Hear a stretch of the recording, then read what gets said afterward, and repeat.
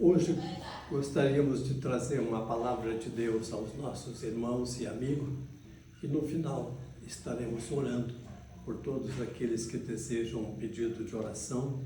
Pode entrar em contato com nós, estaremos orando por ti, pela tua família, pela tua casa, pelo teu trabalho, pela tua empresa, para que Deus, aquele que deseja o melhor para cada um de nós, lá no livro do profeta Jeremias, Deus disse para o povo de Israel: eu sou mais interessado na vossa prosperidade. Eu tenho desejo que vocês prosperem. Ele estava dizendo palavras para um povo que ia ser exilado na Babilônia, e lá ia ficar 70 anos. Deus mesmo estava dizendo que o cativeiro ia ser 70 anos. Mas Deus estava dizendo para eles: olha, vocês lá edifiquem casa, construam casa, plante vinhas, enriqueça, case os seus filhos, case as suas filhas, sejam prósperos, porque o que eu quero é a prosperidade de todos vocês.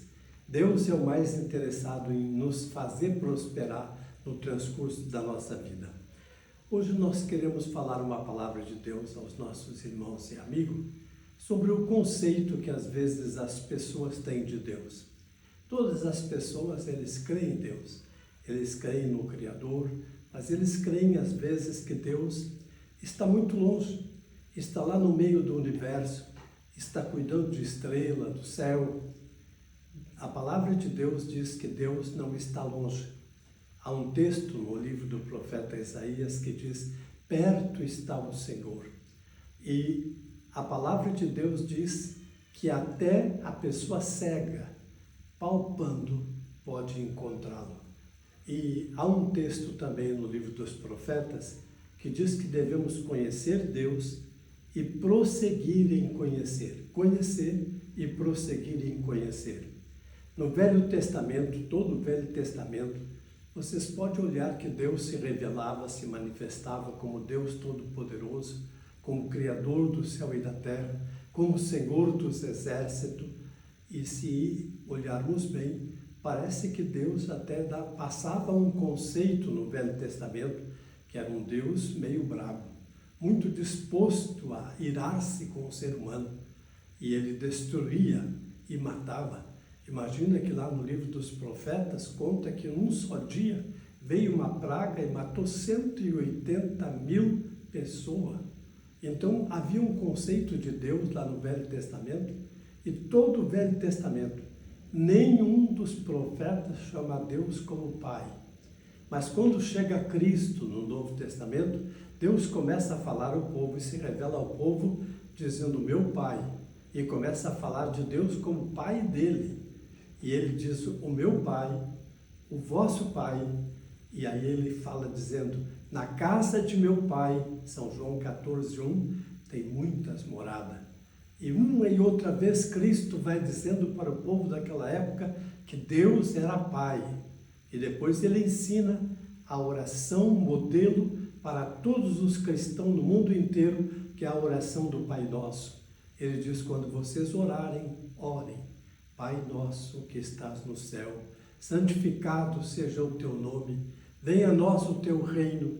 Deus, na oração do Pai Nosso, estava reconhecendo que Deus era Pai e que Ele se preocupava, se interessava por nós. Não é como as pessoas dizem que Deus está muito longe, que mais perto estão os santos ou mais perto estão os guias.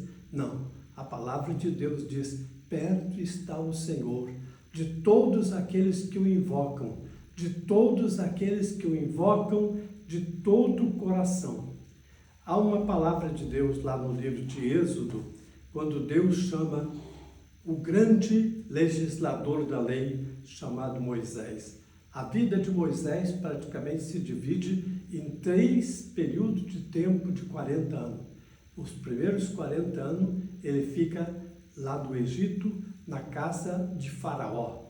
Ali ele aprende as leis, aprende a matemática, aprende a cultura dos egípcios. Ele fica 44 anos na casa de Faraó.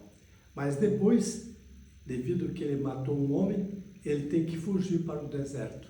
E no deserto ele fica mais 40 anos. E lá no deserto foi uma segunda escola para ele. Lá ele aprendeu a ter paciência.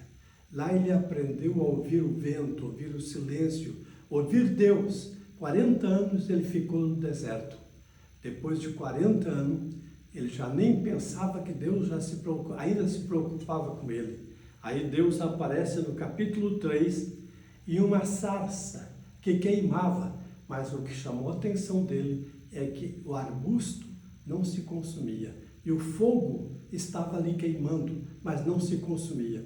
E quando ele se dirige para o lugar, vendo aquele fenômeno, Deus fala com ele dizendo que ele tirasse a sandália dos pés, porque o lugar que ele pisava era santo, porque Deus estava ali. E Deus começa a falar com ele, dizendo agora que ele devia ir para o Egito de volta e retirar o povo, salvar o povo, fazer uma imigração de pessoas, tirando do Egito e levando para a terra de Canaã.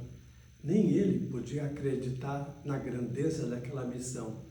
E aí ele disse para Deus: Senhor, quando eu chegar para o povo de Israel e dizer que o Deus de Abraão, de Isaac e de Jacó apareceu para mim e me mandou tirar eles dessa terra e levar para uma terra melhor, e eles me perguntar como é o nome desse Deus, o que eu digo? E aí, Êxodo 3, 14, Moisés pergunta: quando eu chegar diante dos israelitas e ele disser, Deus dos nossos pais me mandou, e eles perguntaram, qual é o nome dele? Que lhes direi? E disse Deus a Moisés, eu sou o que sou. E você dirá aos israelitas, eu sou, me enviou a vós. Parece que Deus não disse nada. Deus disse o nome dele, eu sou o que sou. O povo de Israel já conhecia, já sabia, já tinha ouvido de Abraão, de Isaac, de Jacó, que o Deus Todo-Poderoso era o Senhor, era eu sou. Quando nós olhamos no Novo Testamento, Cristo aparece ensinando, pregando. Jesus diz 14 vezes nos Evangelhos a palavra eu sou. São João 14, 6, ele diz, eu sou o caminho, a verdade e a vida. Quem quiser ir ao Pai, terá que ir por mim. No outro texto, em São João, ele diz, eu sou a porta. Quem entrar por mim, sairá e encontrará pastagem. Depois ele diz, eu sou a fonte da água da vida. E quando chega lá no livro de Apocalipse, ele diz, eu sou o alfa e a ômega. Isso é a primeira e a última letra do alfabeto grego. Era como ele dissesse, eu sou o A e o Z do alfabeto português. Antes de mim não houve nada, e depois de mim nada haverá. Eu sou. Quando ele chegou para o povo de Israel, e o povo de Israel perguntou, como é o nome desse Deus? Ele disse, eu sou, me enviou a vocês. Ele estava dizendo a expressão mais alta, que Deus era todo-poderoso, que Deus era o Criador. Olhem, por exemplo, um pouco pela palavra de Deus. Todo o Velho Testamento, Deus não se revela como Pai, mas quando Jesus vem, ele diz o meu Pai. Aí ele revela Deus como nosso Pai, como mais interessado na nossa prosperidade, em que tenhamos saúde, em que sejamos prósperos, que tenhamos paz, tranquilidade de espírito para viver uma vida boa. Esta expressão em Hebreus, no capítulo de número 13 e o verso de número 8, diz, Jesus Cristo é o mesmo ontem, hoje e eternamente. Ele estava dizendo, eu sou o mesmo ontem. Eu tinha todo o poder ontem, mas eu tenho todo o poder hoje. E eu vou ter todo o poder amanhã. Eu sou o mesmo. Esta palavra que Deus estava usando era, eu não mudo. Hoje eu quero vos falar sobre isso. Imutabilidade. Deus não é como nós que envelhece. Deus não é como nós que perde a força. Deus não é como nós que fica velho. Deus é o mesmo ontem, hoje e eternamente. Esta expressão que Jesus diz que Ele era o caminho, a verdade e a vida, que Ele era a porta e que Ele era a fonte da água da vida e que Ele era o alfa e que Ele era o ômega, Deus estava dizendo que Ele era imutável. Veja bem, os atributos de Deus, as atribuições de Deus, só Deus é onisciente, onipresente e onipotente. Essa expressão, onisciente, quer dizer que Deus sabe todas as coisas. Onipresente, Ele está presente em todo lugar. Onipotente, Ele tem todo o poder. Nem os anjos, nem Satanás, nem os demônios são onisciente, onipresente e onipotente. O diabo, ele não está presente em todo lugar. Ele diz no livro de Jó, Deus pergunta, de onde é que tu vem? Ele diz, eu venho de andar pela terra, rodear a terra. Eu venho de caminhar por lá. Veja bem, ele não estava presente em todo lugar. Agora Deus está. Deus é onisciente, onipresente e onipotente. Só Deus é que tem essas três atribuições. Deus é onipotente, tem todo o poder. Deus é onisciente, Ele sabe todas as coisas. Deus é o único que está em todo lugar. Veja bem, esses atributos são atribuições únicas de Deus. Quando Ele diz eu sou, Ele está dizendo eu sou o que tenho todas essas atribuições.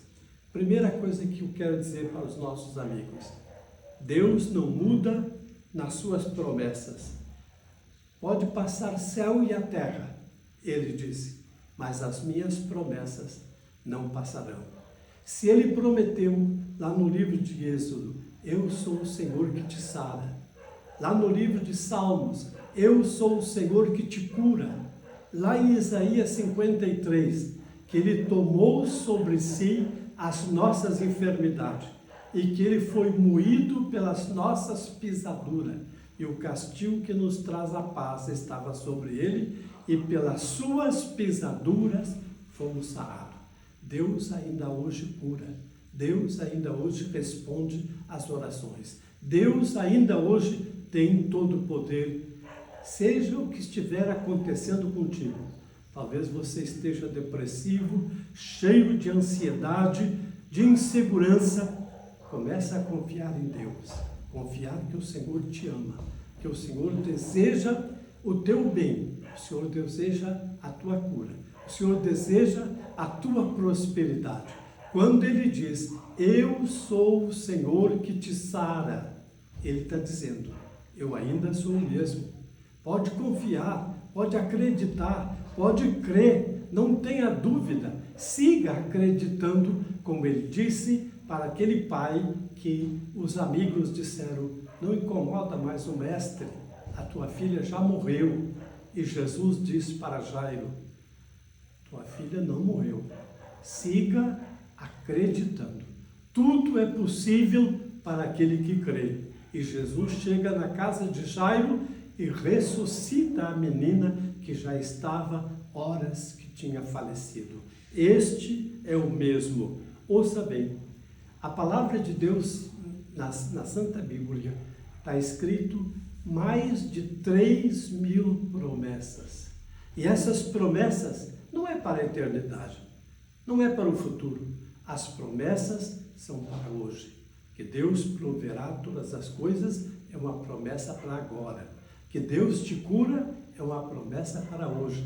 Que Deus olha por ti, se interessa por ti e te ama. E Ele é Pai, cheio de amor e tem cuidado da tua vida até agora e vai seguir cuidando. Sinta isso, o cuidado de Deus na tua vida. Deus também é importante que Deus não muda nos seus juízos. Os juízos de Deus, se Deus no passado condenou nações, condenou cidade, condenou pessoas, Deus também não muda nos seus juízos. Só que Romanos capítulo 8, verso 1 diz, nenhuma condenação há, nenhum juízo há para aqueles que estão em Cristo Jesus. Veja bem, se você está em Cristo, você não vai passar por nenhuma condenação, não vai passar por nenhum juízo, não vai passar por nenhuma dessas coisas futuras. Veja bem, se você olhar as grandes cidades como Sodoma e Gomorra, que foram destruídas pelo castigo de Deus, porque mereciam simplesmente a maldade. Outros sim. Deus não muda também no seu amor. Se Ele te amou uma vez, Ele te seguirá amando sempre. Um senhor, bêbado, passava na frente de uma igreja evangélica e ele olhou da porta da igreja para dentro. E lá no altar estava escrito: Deus é amor. E ele seguiu caminhando, mas começou a pensar: mas se Deus é amor, se Deus ainda me ama, Ele pode mudar o quadro da minha vida. Ele voltou e entrou na igreja, assistiu o final do culto e os irmãos oraram por ele. E ele voltou a sentir o amor de Deus. E aí ele começou a lutar para se recuperar, deixar a bebida, reconstruir sua família, reconstruir a sua vida de emprego, reconstruir todas essas coisas. Deus é amor. Se Deus te amou uma vez, Ele ainda segue te amando. Uma das coisas que as pessoas na vida, às vezes sabem que Deus perdoa. Eles estão conscientes que Deus perdoa. Eles sabem que a família perdoa. Eles sabem que os amigos perdoam. Agora, o grande segredo para a pessoa é a pessoa aprender a se perdoar a si mesmo. Saber que o ser humano erra uma e outra vez. Mas Deus deu um direito ao ser humano diferente até dos anjos. Deus nunca deu um direito para que um anjo se arrependesse. Nem sabemos por que os anjos não podem se arrepender. Talvez é porque eles foram criados numa perfeição tal que Deus nunca esperasse que eles se rebelassem ou cometessem qualquer deslize pela perfeição com que eles foram criados. Mas Deus deu ao ser humano o direito de se arrepender, o direito de mudar de vida, o direito de deixar vícios, deixar vida errada e voltar-se para Deus, reconstruir a sua família. Veja bem, não só aprenda que Deus te perdoa, não só aprenda que a família te perdoa, mas aprenda a se perdoar a si mesmo. Só você é que tem que conviver contigo 24 horas por dia. A pior coisa é nós andarmos com nós mesmos cheio de bronca, com raiva de nós mesmos pelos nossos fracassos. Deus ensina que o homem às vezes pode cometer os mais grandes pecados, os mais grandes deslizes, mas ele pode voltar-se, arrepender-se, voltar-se para Deus e reconstruir a sua vida. Imutabilidade. Deus não muda no seu amor. Ele segue te amando ainda hoje. Sinta o amor do Senhor, o perdão do Senhor e a graça do Senhor na tua vida. Gostaria de orar por ti nesta manhã. Aonde você se encontra, fecha os teus olhos. Se você está doente, está depressivo, está com ansiedade, insegurança, coloca a tua mão sobre o teu coração e vamos exorcitar, repreender esses espíritos de desânimo, de miséria, de desgraça, de doença, e que venha sobre ti o perdão do Senhor, a graça do Senhor, uma vida nova, e você saiba sobreviver, andar contigo mesmo, caminhar pela vida, reconstruir a tua vida, que o Senhor pode fazer hoje. Oramos juntos. Senhor, olha pelas pessoas que estão lá nas suas casas, as famílias, Senhor, aquelas pessoas que talvez erraram, talvez pecaram, talvez até destruíram o seu emprego, destruíram a sua família. mas hoje eles querem recomeçar, hoje eles querem reconstruir, hoje eles querem sentir o perdão. Pessoas depressivas, Senhor, repreende pelo poder do teu sangue. As pessoas que estão doentes, seja doença na cabeça, no coração, no pulmão, Senhor, nesta época de tanta doença, de tanta enfermidade, estende as tuas mãos e repreende todos estes males e dá graça para que as pessoas sejam curadas. Cobre com as tuas mãos e sara. No nome de Jesus, pedimos a tua bênção agora e sempre. Amém. Voltaremos a estar contigo no dia de amanhã, neste mesmo ponto, no teu celular, neste mesmo horário. O Senhor te abençoe, o Senhor te ajude e o Senhor te dê graça para que tu possa passar uma semana sentindo o amor de Deus, sentindo que você é o alvo do amor de Deus, que Deus te amou de uma maneira tão grande que deu o seu Filho para que todo aquele que nele crê não pereça, mas tenha a vida eterna. Muito obrigado.